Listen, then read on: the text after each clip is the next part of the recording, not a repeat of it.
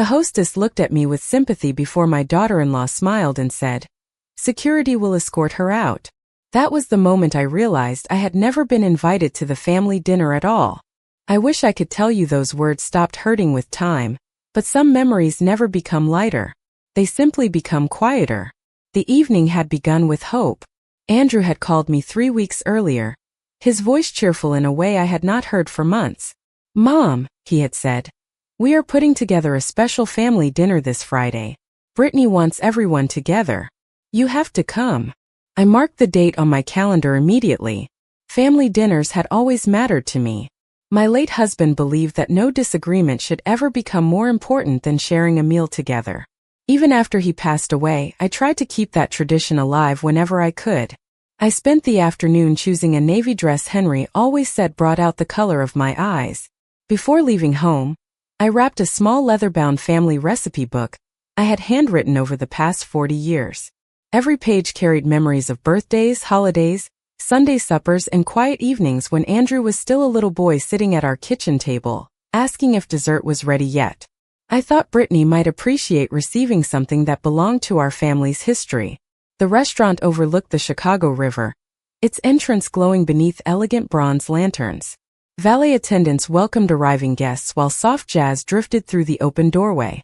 I paused for a moment outside, smiling as I imagined Andrew introducing everyone to the recipes one day when he had children of his own. Inside, the hostess greeted me warmly. "Good evening. Reservation name?" she asked. "Whitaker," I answered. "Helen Whitaker." She checked her tablet once. Then again.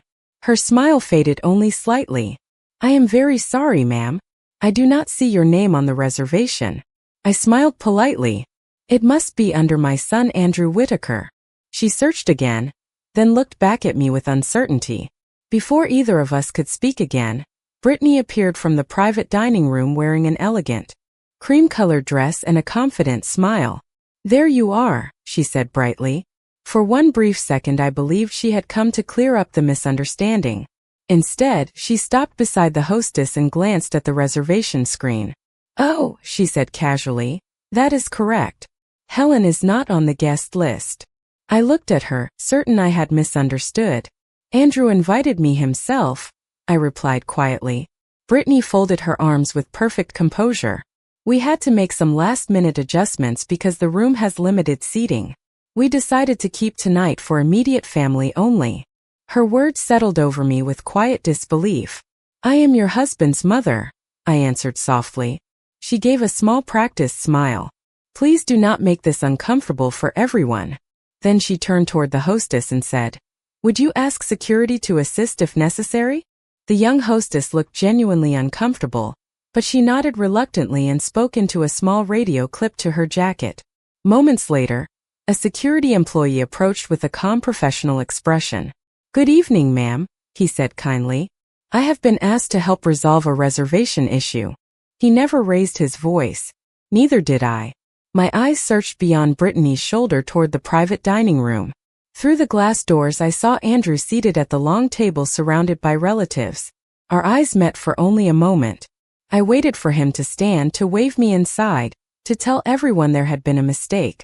Instead, he lowered his eyes to the table. Brittany noticed where I was looking. "Andrew wants tonight to remain peaceful," she said. "Please understand." I tightened my fingers gently around the wrapped recipe book, thanked the security employee for treating me with respect, slipped my coat back over my shoulders, and quietly turned toward the exit.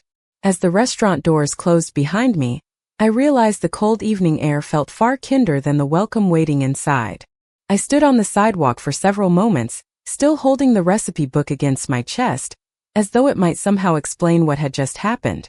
Cars passed along the river while people laughed as they entered.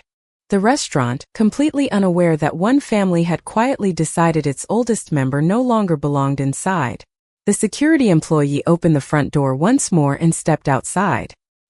His expression carried genuine concern rather than authority. "Ma'am," he said gently, "I truly am sorry. I was only asked to make certain there was no misunderstanding." I offered him a small smile. "You treated me with kindness. That is more than I received from the people who invited me." He nodded respectfully before returning inside. I watched the door close again and realized I felt no anger toward him. He had simply done his job. The pain came from knowing my own family had chosen silence over compassion. I walked slowly toward a nearby bench overlooking the river and sat down with the wrapped recipe book resting beside me. The evening breeze carried the sounds of conversation from the restaurant patio. Every burst of laughter reminded me that life inside continued as though nothing unusual had happened. I thought about calling Andrew, but I knew he already understood exactly where I was. He had seen me through the glass. He had watched me leave. The only difference between us was that I had walked away while he had remained seated. About 20 minutes later my phone vibrated. Andrew's name appeared on the screen. For a brief moment I hoped he had stepped outside to ask me to return.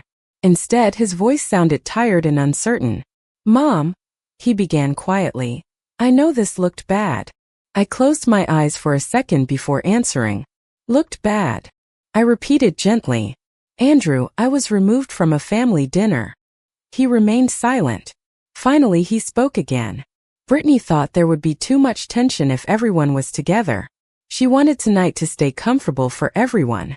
I looked across the dark water reflecting the city lights. "Comfortable for everyone except your mother," I replied. Another long silence followed. "Please do not make this any bigger than it already is," he said softly. "We can talk another day." Those words settled into my heart more heavily than anything Brittany had said. My son was not defending what happened. He was defending the decision to avoid confronting it. "I hope one day you understand the difference," I answered calmly, "between keeping peace and abandoning someone who has always stood beside you."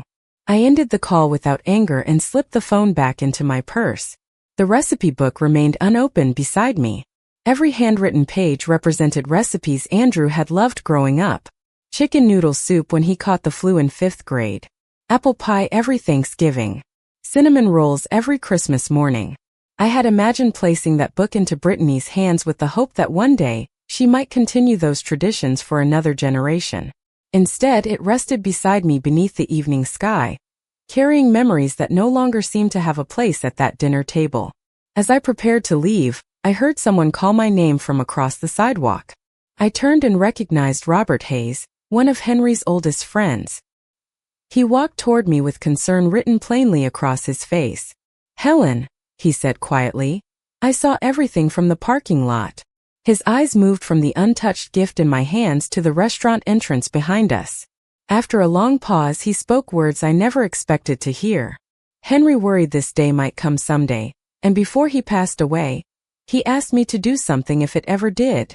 Robert sat beside me on the bench without saying another word for nearly a full minute. Sometimes silence offered more comfort than sympathy ever could. The lights from the river shimmered across the water while families walked past us laughing together, unaware that one quiet conversation was about to change everything I believed about the evening. Finally, Robert folded his hands and looked toward the restaurant entrance. "Henry never worried about money," he said softly. "He worried about gratitude." I turned toward him, surprised by the certainty in his voice. Robert had known my husband for almost 50 years. They had started their first construction jobs together, coached Little League on weekends, and spent countless evenings talking on our back porch after dinner.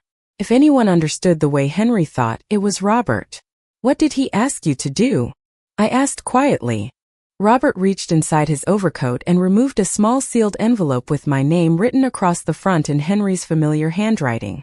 The moment I saw those letters, my heart tightened. Even after 3 years, I could recognize my husband's handwriting from across a room. Robert held the envelope carefully before placing it into my hands. "He gave this to me about 6 months before he passed away," Robert explained. "He told me to keep it unless I ever witnessed someone in your own family treating you like an outsider. He hoped I would never have a reason to deliver it." I looked down at the envelope for several seconds without opening it. It felt strangely warm in my hands despite the cool evening air. "Henry actually expected something like this?" I whispered. Robert slowly shook his head. "He hoped it would never happen. But he believed preparation was not the same as expecting the worst. He wanted you protected if kindness was ever mistaken for weakness." Those words sounded exactly like Henry. He had never been suspicious of people, but he understood that comfort sometimes changed them in ways they did not even recognize.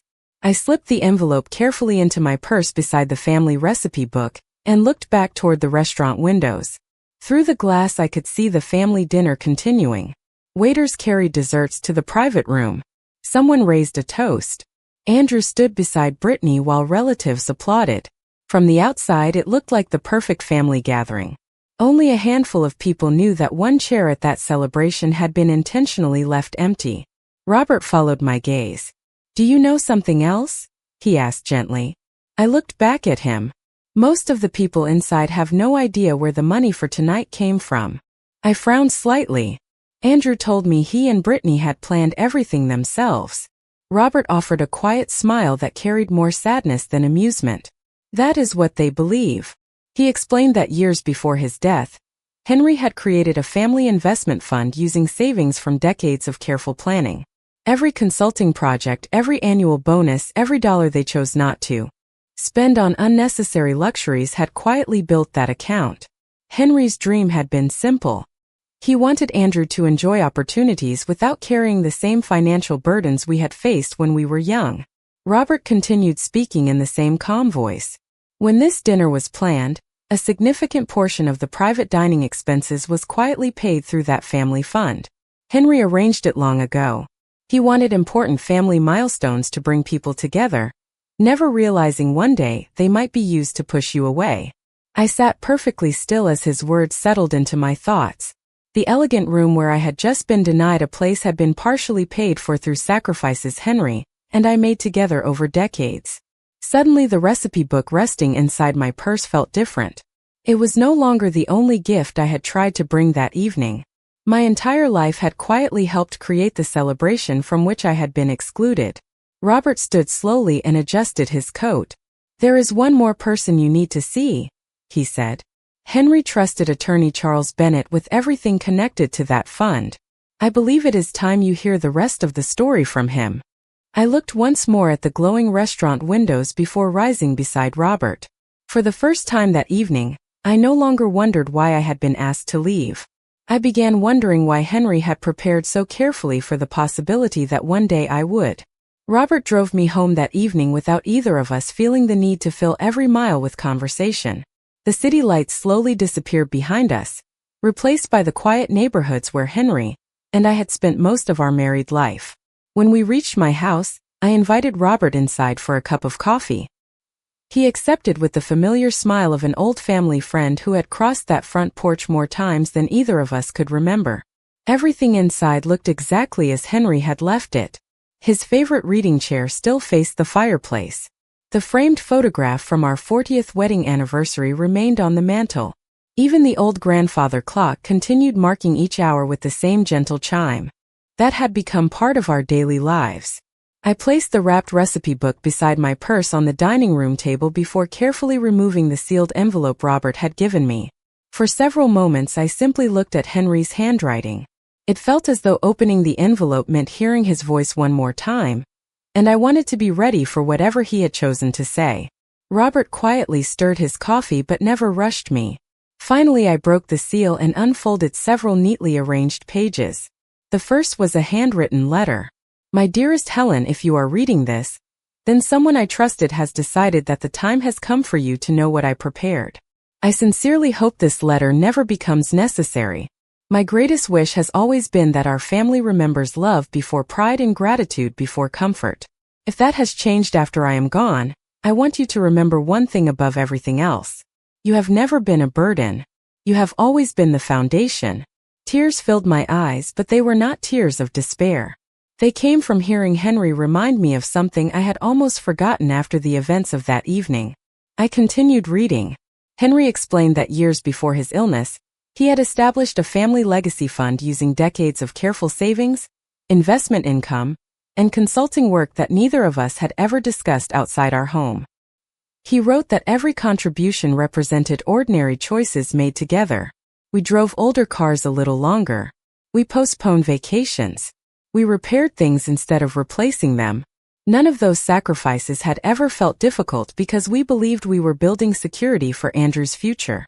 Attached behind the letter were financial statements, investment summaries, and several legal documents bearing the signature of attorney Charles Bennett. Private dining reservation months before the event.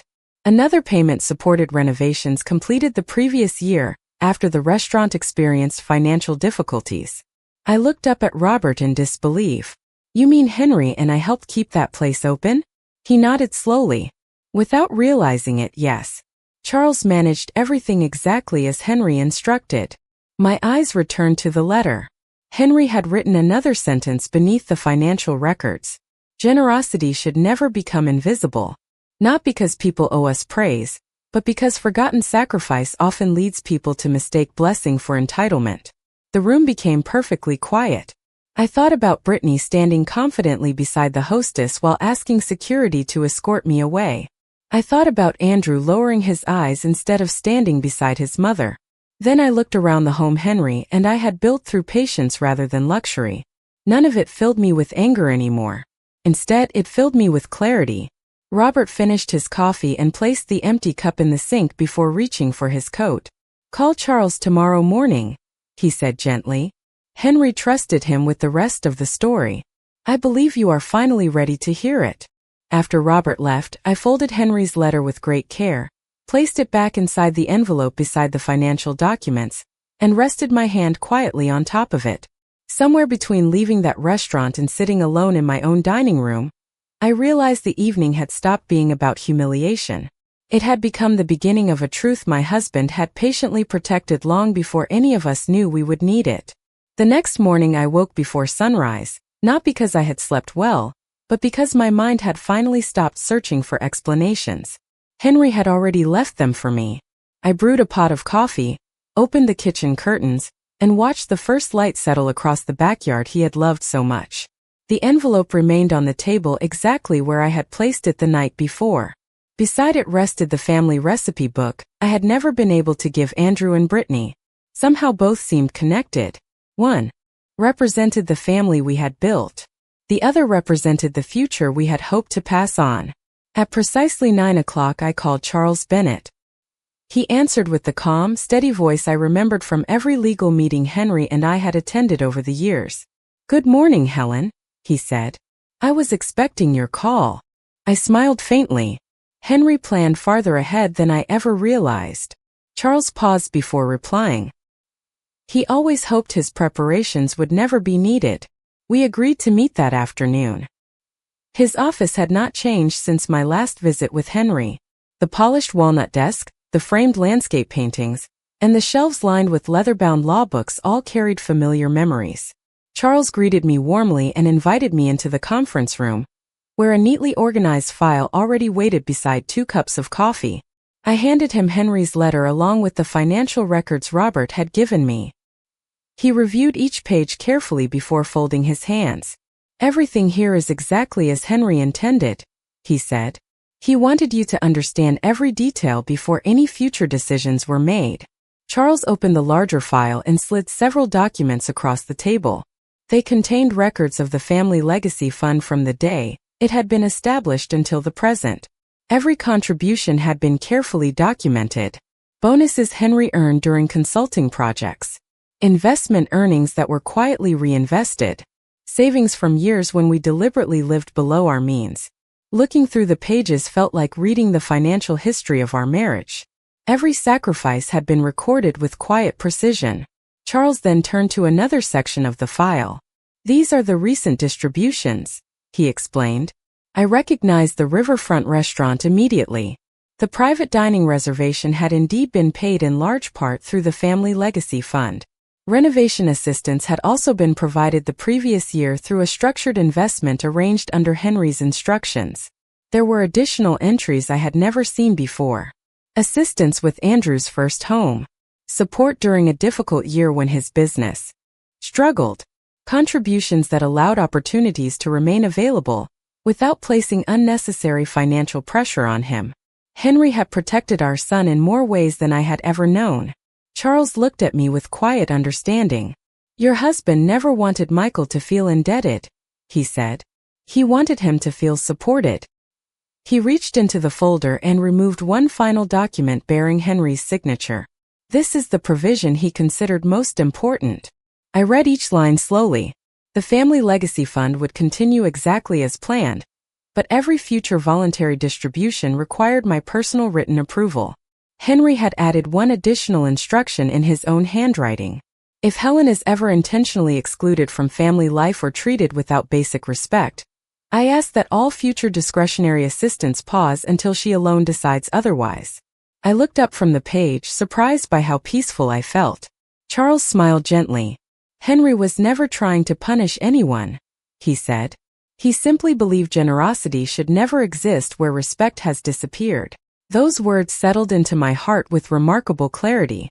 I realized this had never been about controlling money. It had always been about protecting dignity. Before leaving, Charles closed the file and said, "Michael and Brittany have already contacted my office. They believe there are a few remaining documents connected to the family fund. I scheduled a meeting later this week." I nodded quietly. Peace does not always arrive because circumstances improve. Sometimes it arrives because the truth finally becomes clear. On Thursday afternoon, my telephone rang. Andrew's name appeared on the screen. I answered after the second ring. "Hi, Mom," he said, sounding unusually relaxed. "Charles scheduled a meeting tomorrow. He said there are a few remaining documents connected to Dad's family fund that need everyone's signatures." I listened quietly. "Yes," I replied. "He invited me as well." Andrew hesitated before speaking again. "Good. I think it will be nice for all of us to put everything behind us." His words revealed that he still believed the family dinner had been nothing more than an uncomfortable misunderstanding. He did not yet realize that the conversation waiting at Charles's office had been planned years before any of us imagined we would need it. "I hope tomorrow brings clarity," I answered gently. "That is what your father always wanted."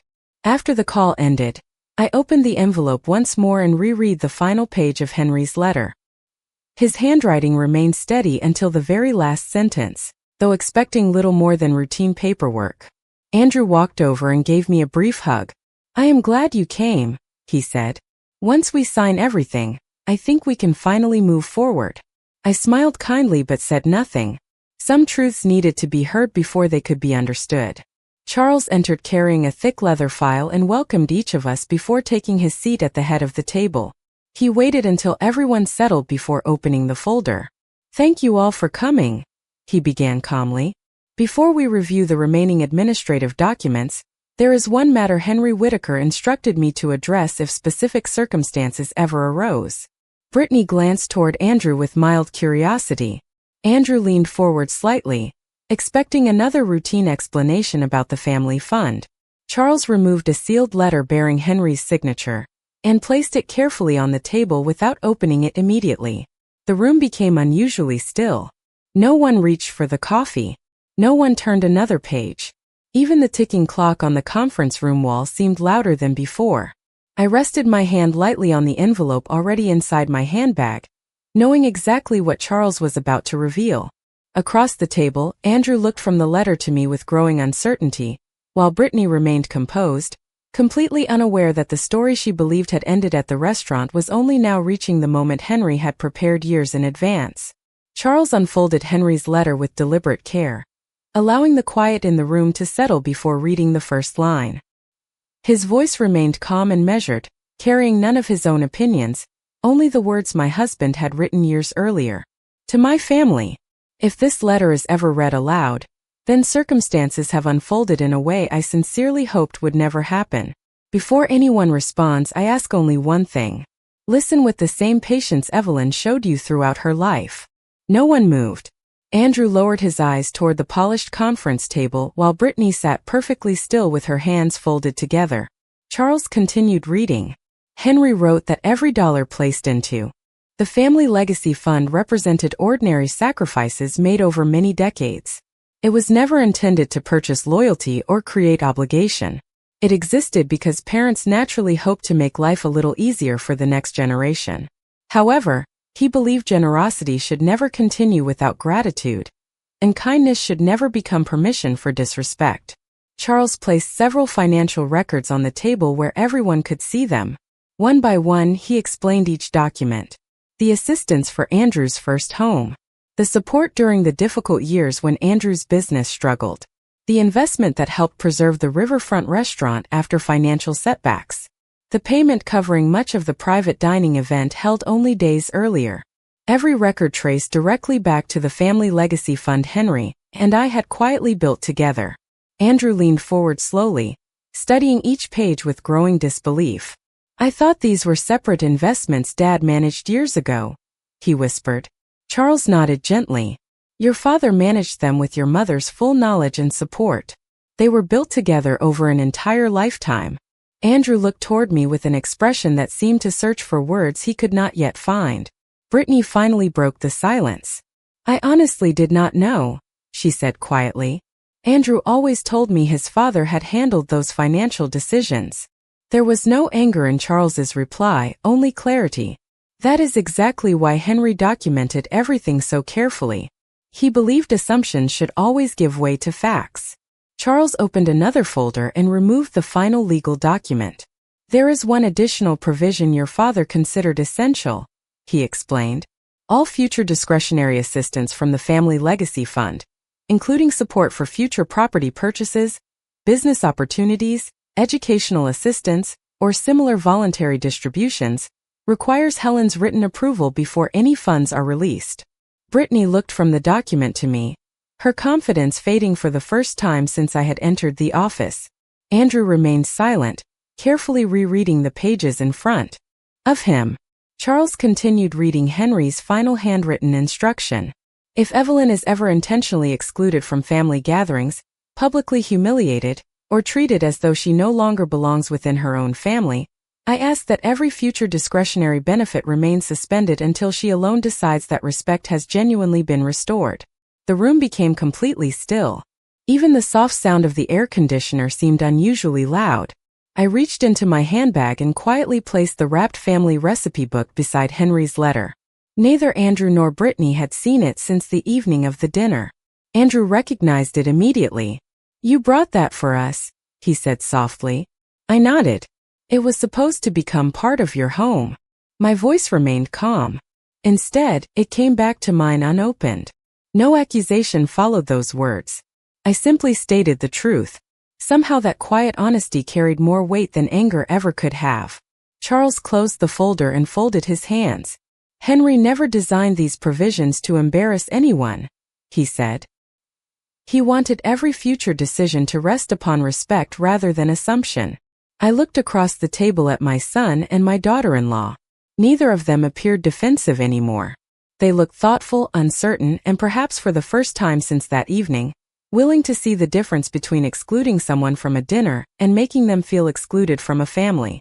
In that quiet room, I realized Henry had prepared far more than financial documents. He had prepared a moment when the truth could finally speak without anyone needing to raise their voice.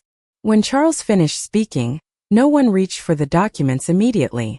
The room remained wrapped in a thoughtful silence unlike anything we had experienced since arriving. It was not the silence of avoidance that had filled the restaurant a few nights earlier. This silence came from understanding. Andrew slowly lifted the family recipe book from the conference table and held it carefully in both hands. His fingers rested on the worn leather cover without opening it. You brought this for us that night, he said quietly. Nodded. I hoped one day it would belong in your kitchen. He looked down for several moments before speaking again. I never even asked what you had brought. There was genuine regret in his voice, and for the first time I believed he had begun seeing the evening through my eyes instead of his own. Brittany remained unusually quiet. She studied the handwritten title on the cover of the recipe book before finally looking toward me. I spent so much time planning every detail of that dinner, she said softly. I kept thinking about seating charts, decorations, and making everything look perfect. Somewhere along the way I forgot that people matter more than appearances. I listened without interrupting. Her words sounded different from an excuse. They sounded like someone honestly examining her own choices. Charles closed Henry's file and placed both hands gently on top of it. Your husband believed difficult truths should create better decisions, not lasting divisions, he said. Nothing in these documents forces any particular outcome. The future remains entirely in your hands. He looked toward me as he finished speaking. I understood exactly what he meant. Henry had never wanted me to choose between love and dignity. He had simply made certain I would never again be asked to surrender one in order to keep the other. Andrew slowly turned another page inside the recipe book. Small handwritten notes filled the margins beside many of the recipes. One reminded him to add cinnamon only after removing the apples from the stove. Another described how Henry always stole the first dinner roll before guests arrived. Andrew smiled sadly as he recognized his father's handwriting beside one of the holiday recipes. "I forgot he used to write little jokes in the margins," he whispered. "He wanted cooking to feel like family." I smiled gently. He believed meals were never really about food. Brittany reached toward the book but stopped before touching it. "May I see it?" she asked quietly. I slid it across the table without hesitation. She turned each page carefully, reading the handwritten stories attached to the recipes instead of rushing through the ingredients. "I thought this was just a cookbook," she said after several moments. "It is really your family's history. It was meant to become yours too," I answered softly. The room fell quiet once more. This time the silence felt peaceful rather than heavy. Charles stood and gathered the legal documents into a single folder. "There is no deadline for any decision regarding future assistance," he explained. Henry intentionally removed urgency because he believed meaningful choices should never be made under pressure. As we prepared to leave, Andrew walked beside me into the hallway. The bright afternoon sunlight streamed through the office windows, making the polished floor shine beneath our feet. He stopped before we reached the elevator and looked directly at me. "Mom," he said carefully, "I cannot change what happened that evening, but I finally understand why it hurt far more than I allowed myself to admit." I placed one hand gently on his arm. "Understanding is where every honest repair begins," I replied. We stepped into the elevator together without another word.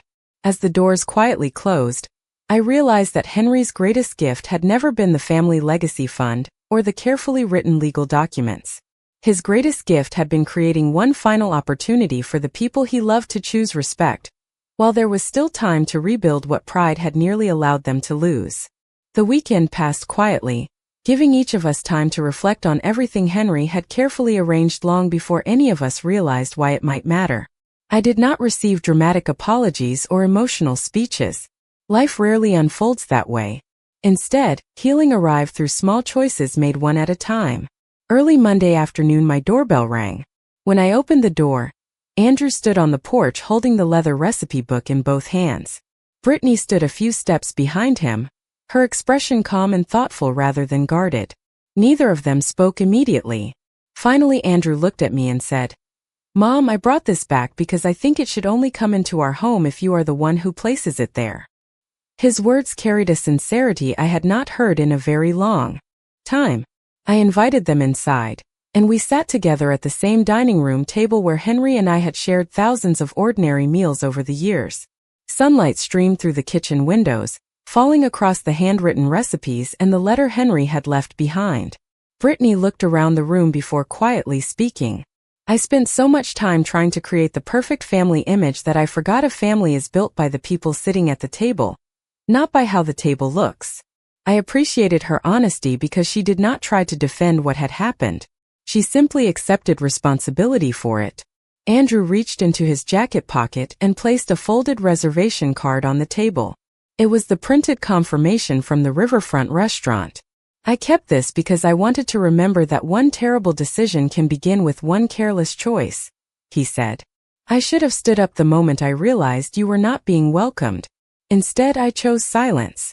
I looked at both of them before answering. Silence can hurt just as deeply as unkind words, but silence can also be replaced by better choices. We spent the next hour talking about memories rather than arguments. We remembered Henry laughing while burning pancakes on camping trips, teaching Andrew to ride a bicycle, and insisting that every holiday meal begin only after everyone had taken a seat together. By the time the conversation ended, the room felt lighter than it had in years. Later that afternoon I called Charles Bennett and told him I wished to leave the family legacy fund exactly as Henry intended. The temporary pause on future discretionary assistance would remain only until trust continued rebuilding naturally, not because I wanted punishment, but because respect should never again become an afterthought. Charles thanked me for honoring both the letter and the spirit of Henry's wishes. Before Andrew and Brittany left, I picked up the recipe book and placed it gently into Brittany's hands. "Now it is ready," I said with a smile. "Not because everything is perfect, but because you finally understand what it truly contains." She accepted it with both hands, holding it as carefully as though it were far more valuable than leather and paper. As I closed the front door after they drove away, I walked into the living room where Henry's favorite chair still faced the fireplace. His photograph rested on the mantel beside a small framed picture of our family from many years ago. I smiled at both images before looking out the window toward the garden we had planted together. I finally understood that the greatest inheritance Henry left behind had never been an investment account, a legal document, or financial security. It was the quiet wisdom that dignity cannot be taken away by a locked door, an empty chair, or a family dinner where someone decides you no longer belong. Real family begins wherever respect is welcomed, and once respect returns, even the deepest wounds can begin to heal one honest choice at a time.